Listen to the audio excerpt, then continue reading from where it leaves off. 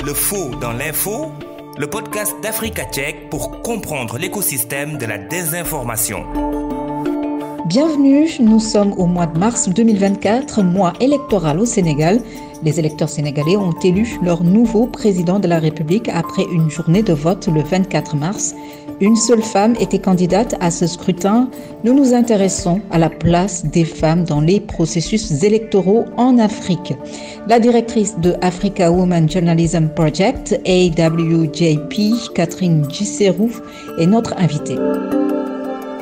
La désinformation en période électorale touche en général l'ensemble des candidats, mais pour ce podcast du mois de mars 2024, intéressons-nous à la désinformation basée sur le genre. Le faux dans l'info, décryptage. La désinformation toucherait-elle les femmes politiques d'une manière spécifique du fait de leur genre? Notre invitée, Catherine Gisserou, directrice de Africa Women Journalism Project, AWJP, n'a pas le moindre doute là-dessus. Yes, there are gender specificities when you are discussing this information, especially around elections. Oui, il y a des spécificités de genre lorsque vous parlez de désinformation, surtout autour des élections, car les femmes politiques sont souvent ciblées par une désinformation qui cherche à miner leur crédibilité, leurs compétences et leur éligibilité simplement parce qu'elles sont des femmes. Certaines des tactiques couramment utilisées incluent la propagation de fausses informations sur leur vie personnelle, où ils parlent de leur moralité et d'autres problèmes deviennent un centre d'intérêt. Ils veulent que les gens répandent des rumeurs, désinforment à ce sujet. Ils les attaquent en fonction de leur apparence ou de leur comportement. Ils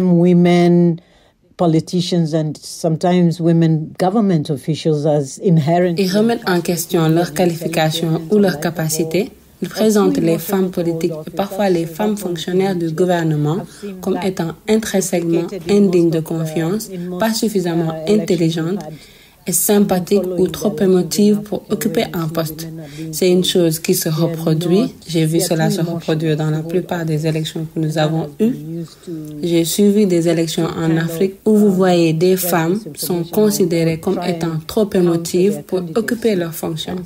Cela a été utilisé pour diffuser des informations erronées ou essayer de contrer leur candidature. Et certaines d'entre elles finissent par le faire. Une partie de la désinformation propage cette idée que les femmes ne devraient pas être candidates. Elles devraient non seulement pas occuper un poste important, mais elles ne doivent même pas envisager être candidates contre des hommes. Cela a été un gros problème en particulier. Cela crée une peur et empêche les femmes de participer au processus électoral. Et je pense que c'est un énorme problème parce que nous ne pouvons pas avoir une société où seulement un groupe d'entre nous peut briguer un mandat électif. Partout dans le monde, nous devrions avoir des dirigeants représentatifs de l'ensemble de nos sociétés. Et puisque notre société n'est pas uniquement composée d'hommes, nous avons besoin d'avoir des femmes pour se présenter aux élections. Le gouvernement n'existe pas seulement pour les hommes, il existe pour nous tous.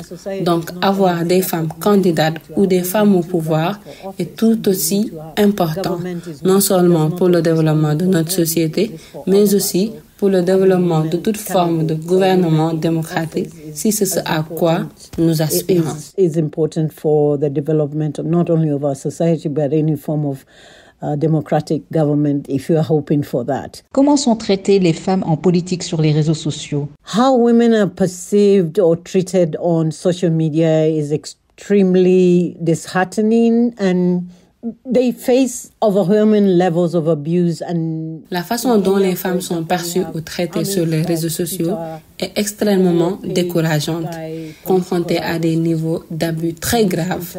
Au Kenya, par exemple, nous avons des armées sur Twitter, des gens qui ont été payés par des rivaux politiques pour utiliser X, anciennement Twitter, pour diffuser de la désinformation. Je les appelle des armées à louer, sérieusement, parce qu'ils feront tout ce que vous leur avez dit de faire dès l'instant où on les paye. Donc, ils utilisent généralement ces plateformes pour discréditer, délégitimer et faire taire les femmes. Et beaucoup de femmes politiques sont victimes d'abus sur les réseaux sociaux. Et cela va des commentaires désobligeants à propos de leur apparence à plus loin. Je me souviens qu'une politicienne a été attaquée pendant longtemps simplement parce qu'elle a partagé une image d'elle sur une plage où elle commémorait la mort de son père. Et les gens ont juste fait toutes sortes de commentaires absurdes, haineux et misogynes, totalement injustifiés. Ils utilisent d'autres éléments. Ils parlent de l'apparence des femmes, ils parlent de leur vie personnelle. They talk about their personal lives, and sometimes the online noise and the online threats might translate into offline violence. Et parfois, les menaces en ligne peuvent se traduire par de la violence hors ligne. Et pour beaucoup de femmes politiques qui partent en campagne électorale, si je parle de la situation au Kenya, la plupart des femmes candidates ont eu des plaintes sur la façon dont elles sont perçues, mais aussi sur la façon dont elles sont traitées pendant la campagne électorale. Si vous n'avez pas les ressources nécessaires pour assurer votre propre sécurité, vous pouvez être sûr que vous pourriez vous retrouver dans des situations très délicates et parfois très menaçantes. Les femmes peuvent aussi faire face à de nombreuses attaques à caractère sexuel. Elles sont traitées comme des objets et leur valeur est simplement réduite à leur apparence physique ou à leur sexualité plutôt qu'à leur idée politique ou même à leur qualification de leadership. Appearances or their sexuality rather than their political ideas, their policies, or even their leadership qualities that they do have. Le faux dans l'info, le podcast d'Africa Tchèque pour comprendre l'écosystème de la désinformation. Le faux dans l'info, décryptage. Notre invitée Catherine Gisserou, directrice du Africa Women Journalism Project, nous parle de la désinformation basée sur le genre. Comment est-ce que les femmes politiques se défendent lorsqu'elles sont victimes de désinformation? That might be not really the safest way, but in some instances it's good not to engage directly with the people who are attacking you.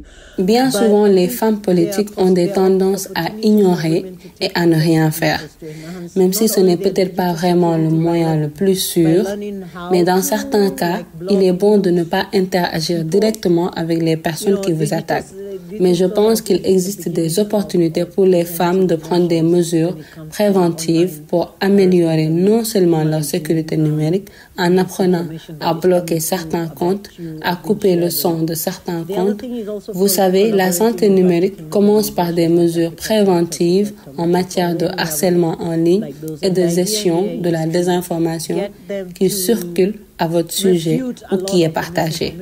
Et l'autre chose est aussi de collaborer avec des organisations de vérification de faits comme Africa Tchèque, POSA Tchèque ou toute autre organisation comme celle-ci.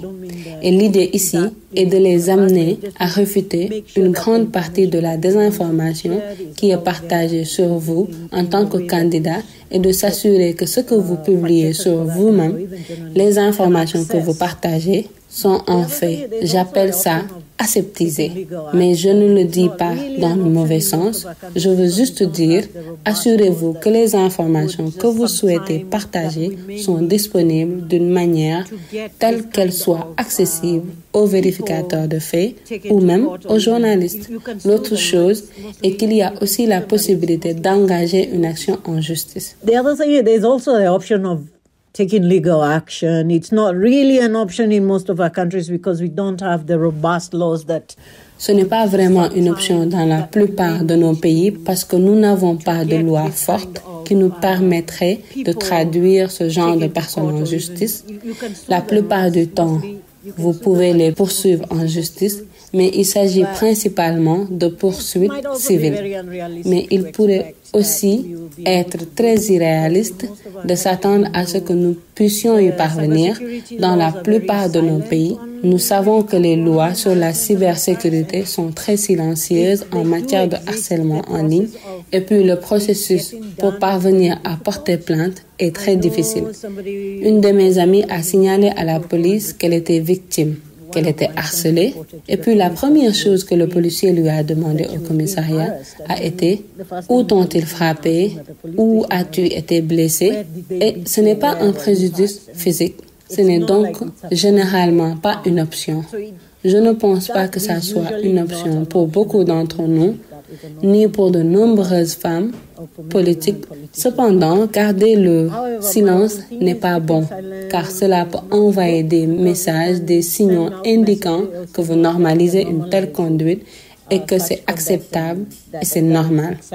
Si je ne vous recommande pas de vous engager directement, parce que parfois cela peut devenir extrêmement difficile, cela peut aussi causer beaucoup de traumatisme. Donc, ce que je vous suggérerais comme moyen de résoudre ce problème, c'est peut-être de créer des coalitions et des alliances avec d'autres femmes politiques et d'autres organisations de femmes et de les amener à vous défendre, de les amener à comprendre pourquoi il est important qu'elles vous soutiennent. J'appelle cela régner. J'utilise le mot régner, mais ce que je veux dire, c'est d'avoir des femmes qui sont des amies, de la famille, qui sont prêtes. Si l'une d'entre nous est attaquée, nous sautons toutes pour défendre cette femme. Et puis, pour faire passer le message que cette personne n'est pas seule, elle a toute une armée derrière elle. Le harcèlement en ligne ne connaît pas les partis. Il cible les femmes, car en grande partie, c'est simplement parce que nous sommes des femmes, pas parce que nous sommes des femmes politiciennes d'un parti ou de l'autre parti. L'autre chose, c'est également de tendre la main à nos alliés masculins. Et laissez-moi vous dire que nous avons des alliés chez eux. Il y a des gens qui sont des hommes qui sont contre les attaques que les femmes subissent. Et nous pouvons tendre les mains à toutes les différentes communautés au sein de notre société et les pousser à nous soutenir et nous défendre. Je crois que le nombre fait la force. Et nous sommes plus nombreux à nous opposer à ce genre de campagne de désinformation ou d'attaque misogyne parce que nous sommes des femmes.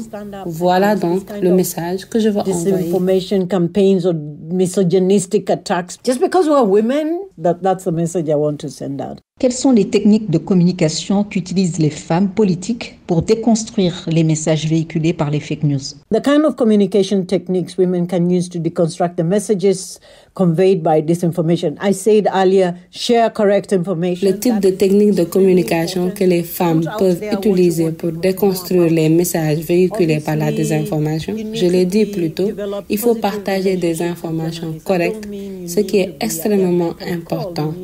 Dites ce que vous voulez que les gens sachent de vous. De toute évidence, vous devez développer des relations positives avec les journalistes. Vous devez avoir une relation respectueuse et mutuellement bénéfique. Et oui, je ne vous parle pas de leur donner de l'argent, je vous parle de vous qui avez une histoire à raconter. Ils ont besoin d'histoire. Donc, construire une relation positive avec les journalistes, être capable de rédiger vos messages et de vous y tenir. Soyez stratégique dans le type de message que vous diffusez pendant vos campagnes et soyez capable de vous y tenir. Vous pouvez répéter la même chose 10 fois.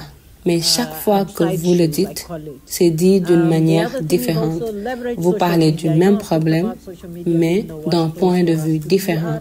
Ne vous laissez pas distraire par des bêtises et des spectacles secondaires, comme je l'appelle. L'autre chose est également de tirer profit des médias sociaux. Je sais que j'ai parlé des médias sociaux comme étant le pire endroit où nous puissions être, mais je pense et je crois qu'il existe des moyens d'utiliser les médias sociaux pour vous aider non seulement dans vos campagnes, mais aussi remettre en question certains des stéréotypes que les désinformateurs utilisent contre vous ou même contre d'autres femmes politiques. Et puis bien sûr, comme je l'ai dit, les coalitions et alliances avec d'autres organisations, individus et associations ont du sens. À vous d'anticiper le genre de désinformation électorale qui pourrait se manifester. Je pense qu'une façon d'y parvenir est de surveiller les médias sociaux. Vous serez alors en mesure de savoir d'où vient cette absurdité, ce qui est susceptible d'en ressortir, mais aussi restez informés. L'actualité vous donnera une idée de ce qui est susceptible de sortir du bois en ce qui concerne la désinformation sur le genre. Et puis, en regardant l'histoire passée, quels sont les exemples, quel type de désinformation basée sur le genre a été répertorié dans le passé? Parce que cela pourrait vous donner une indication de ce qui pourrait arriver et aussi de ce qui va se passer. Et bien sûr, travailler avec, je l'ai dit plus tôt, des vérificateurs de faits, des journalistes, des organisations, des associations de femmes vous aidera en quelque sorte à anticiper la désinformation électorale ciblant les femmes. And of course, working with, I said earlier, fact-checkers, journalist organizations, women associations will help you kind of anticipate the electoral disinformation that might come through, that will be targeting women. Nous vous remercions, Catherine Gisserou. Je rappelle que vous êtes la directrice du Africa Women Journalism Project, AWJP. Thank you very much. Thank you. Fin de ce podcast produit par Africa Check et réalisé par Maria Mathiam. Merci à vous qui l'avez suivi. Prochain rendez-vous le mois prochain. D'ici là, doutez et vérifiez toute information pour éviter de tomber dans les filets de la désinformation. À bientôt!